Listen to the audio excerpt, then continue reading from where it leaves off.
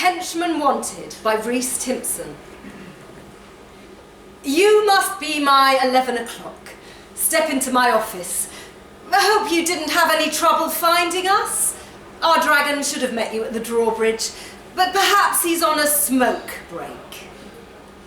People can sometimes get a bit lost in the forest of illusion.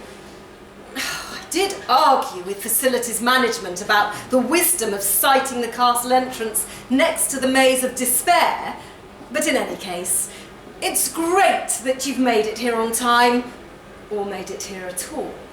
Many don't. Please do take a seat.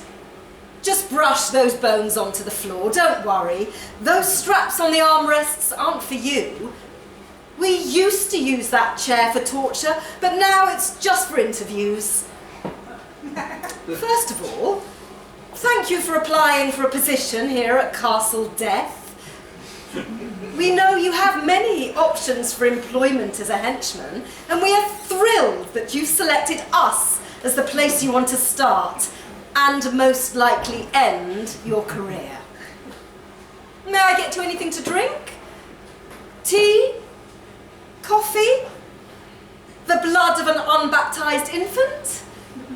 The last of these is fresh this morning. I'm afraid we're just out of sugar, but it's sweet enough, no? Well, let's crack on.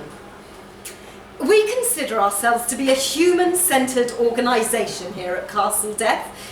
In particular, we're centred on the defeat and dismemberment of humans and their petty kingdoms. That's pretty much our mission here. We're looking for a dynamic self-starter who'll hit the ground running, preferably towards and not away from the swords, axes and maces of assaulting armies. Henchman is an entry-level position, but the prospects for the right candidate are very exciting indeed.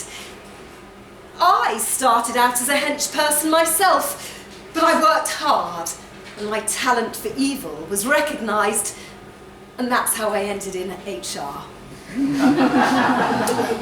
We are very proud of our diversity and inclusion here at Castle Death. We have goblins, orcs, bugbears, even a balrog down in the warehouse. You have to be a bit careful of him, flaming temper, but the rest of the gang are very easygoing. We like to say we're a family here at Castle Death. It's not true, of course. Our CEO, the Dark Lord, is very much against actual families. Something to do with the seventh son of the seventh son. Prophecy, you understand? We must prevent it from coming to fruition. It's one of our key performance indicators. How are you with long hours? Working away from home? Certain death? Certain death pretty much goes with the job. As a henchman, you will be expected to leap into combat with any wandering adventurers with no regard for your own safety, preferably one at a time, or in a manner so as not to overwhelm the heroes and cause them to be defeated. Yes, as a strategy, it does result in a rather high churn rate for henchmen, but it's the way we've always done it. And organisational change is a slow process. We just don't have the bandwidth for it right now. You're a man of few words, eh? I like that. Henchmen don't need to do much talking. Still, some responses would be helpful, just so we can get to know each other. What would you say motivates you? What gets you out of your crypt in the morning? Hatred?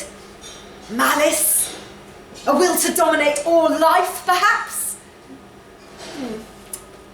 Your CV says some of your favourite things are crushing your enemies, seeing them driven before you, and hearing the lamentation of their women.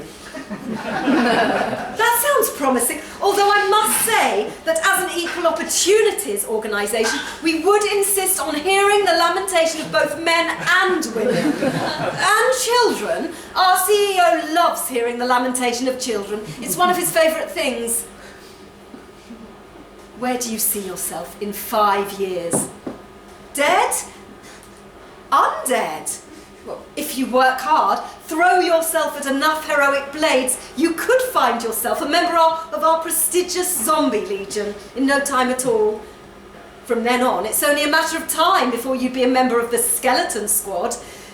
The only way is up here at Castle Death. Well, that's the end of my questions. I should say the pay is D-I-E. No, sorry, I mean D-O-E. No, wait, I mean die. If you ask the Dark Lord for money, you will die, but you do get free room and board. And you'll be pleased to hear that although we had some recent supply issues, meat is now back on the menu. There is a vegan option if you prefer. Today is a mossy boulder with a side of gravel. Popular with the stone golems, but otherwise there's not much call for it. There are also opportunities for hybrid working, chiefly with our team of chimeras, manticores and minotaurs. So, all that remains is the tour. Let me show you around Castillo Death. These steps lead to the dungeon. There should really be a guard here at all times. I will have to report that. A quick note on our disciplinary procedure. Gross misconduct will result in summary execution. For more minor transgressions, you will receive just a verbal warning in the first instance, although in this case the verbal warning will be a death curse, so you will die shortly after receiving it. It's very much a one strike and you're condemned to a painful and grisly demise policy. Quite old school in that sense. Careful of the blood on the steps here. It's slipperiest when fresh. We usually have 5 or 6 captives down here at any one time in various states of excruciating pain. We are blessed with a wide range of modern torture devices following a recent pain procurement programme here at the dungeon. We have gibbets, a rack, a wheel, an iron maiden, a brazen bull, a scavenger's daughter, a lazy Susan, and a dumb waiter. I'm not familiar with those last two, but our executioner assures me they are agony. Talking of our executioner, he was supposed to be here. Must be on his break. Suppose he took the prisoners with him. Field trip, perhaps. Anyway, over here is the barracks. This is where you'll be sleeping when not on campaign against the races of men. It's a bit dark, but you should be able to get an idea of the facilities. We offer fresh straw twice a year, and after 2 years of service, you will get your very own slop bucket. It's a fun crowd. Usually they'd be up till the small hours, swigging mead and pulling the limbs off small children, but everyone appears to have gone to bed early tonight. Must say, I've never seen them sleep in piles on the floor like that. Long day, I guess. We are a hard-working, dynamic team here at Castle Death. Everyone really gives it their all. Up here are the battlements. We've recently had these refurbished. These merlons here are the best in class. Be careful of the gaps between them. In the past, we've had some issues with guards falling to their deaths, which had a negative impact on our staff retention rates. I was about to say we've had 28 days without fall-based fatalities, but it looks like quite a few have gone over the side tonight. Well, that just creates new vacancies for new blood to join the team. Moving along, this door here leads to the treasure chamber. I can't show you inside, as it's kept locked at all times, and the key is held by the Dark Lord himself. Among the prizes inside are the Crown of Kings, the Rings of Power, the Sword of Cain, the Eye of Vecna, and all our office supplies. The Dark Lord likes to keep a tight rein on stationery costs. Oh, it's open. I suppose he must have been in recently and forgotten to lock it. Anyway, moving on. Here is the last stop in our tour, the Eyrie. This is the highest point in the castle and very exposed, so watch your footing. The minions here are rocks and harpies. My sister is the head harpy, and she was recently appointed Vice President of Aerial Murder and Executions. I know what you're thinking.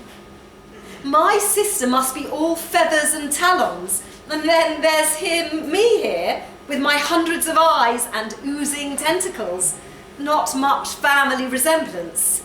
She takes after our mother, the Queen of the Harpies, while I am much more like our father, the Grand Shoggoth of Yar. What can I say? Opposites attract. What's that? You and your brothers all look alike? How many did you say you had? 6. All older, you say. And, just out of interest, how many uncles? Oh, so many. I see. Is that a magic sword you have there by any chance? Yes, thought so. The glowing runes are a dead giveaway. Well, thank you for your application. I'm not sure the henchman position is the best fit for you, and I'm afraid we won't be taking it any further at this time. But do feel free to apply for any other roles you think may be suitable. We don't have any openings for heroes, but have you considered being a festering corpse? A decapitated head? A pile of picked clean bones? I see many opportunities in your future. Guards! Guards! Seize him! Ah yes, I forgot there are no guards left, are there? You weren't lying when you said you were conscientious. I am doubting your claim to integrity, however. How about we take this offline, you and I, touch base in a few moons? I mean, perhaps you might be prepared to show mercy?